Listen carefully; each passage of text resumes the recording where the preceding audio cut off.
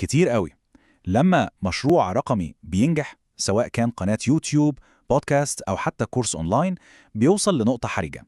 النجاح خلاص بقى موجود، بس هنا بيبدأ يظهر السؤال الأهم. السؤال الحقيقي هنا مش إزاي المشروع ده نجح، لأ. السؤال هو إزاي نخليه يكبر أكتر.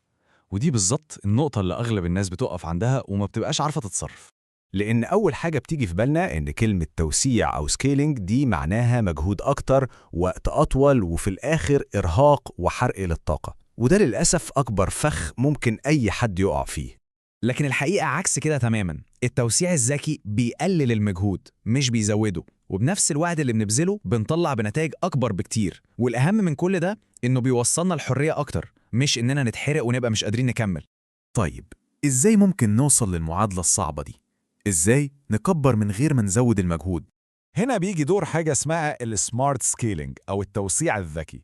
الفكرة كلها ببساطة إن نفس المحتوى أو نفس الفكرة اللي بنقدمها تقدر توصل لناس أكتر وتجيب دخل أكبر من غير ما نشتغل أكتر. والمبدأ اللي ورا الموضوع ده بيتلخص في جملة عبقرية بتقول الإنسان بيشتغل مرة واحدة، لكن النظام اللي بيبنيه هو اللي بيفضل شغال العمر كله. طب الكلام ده شكله إيه على أرض الواقع؟ يعني تخيل معايا كده فيديو يوتيوب واحد. الفيديو ده نفسه ممكن ناخد منه مقاطع قصيرة للسوشيال ميديا ونحوله لحلقة بودكاست صوتية، وممكن كمان يبقى محتوى لنيوزليتر بتتباعت بالإيميل. شايفين الفكرة؟ هو نفس المجهود الأولاني اللي اتعمل مرة واحدة، بس فجأة بقى عندنا كذا مصدر يوصلنا للناس، وبالتالي كذا فرصة للدخل. تمام، الفكرة جميلة، بس إيه هي الأدوات العملية اللي في إيدينا عشان ننفذ الكلام ده؟ العملية دي ليها 3 ركائز أساسية. أول حاجة إعادة استخدام المحتوى اللي موجود بالفعل ونجح، زي ما قلنا في مثال الفيديو، مش كل مرة نبدأ من الصفر. تاني حاجة الأتمتة، يعني نبني نظام شغال لوحده، مش مجرد مجموعة مهام بنعملها بإيدينا كل مرة. وتالت حاجة ودي مهمة جدا، التركيز، نركز بس على الحاجات اللي أثبتت نجاحها فعلا. بس استنوا، قبل ما أي حد يتحمس ويبدأ يطبق، في تحذير مهم قوي، قاعدة لازم نمشي عليها، وهي الأساس أولاً. يا ترى إيه هي أكبر غلطة ممكن تتعمل في رحلة تكبير أي أصل رقمي؟ الغلطة هي إننا نحاول نكبر قبل ما نثبت أقدامنا، إننا نحاول نتوسع وحاجتنا نفسها لسه مش صلب كفاية.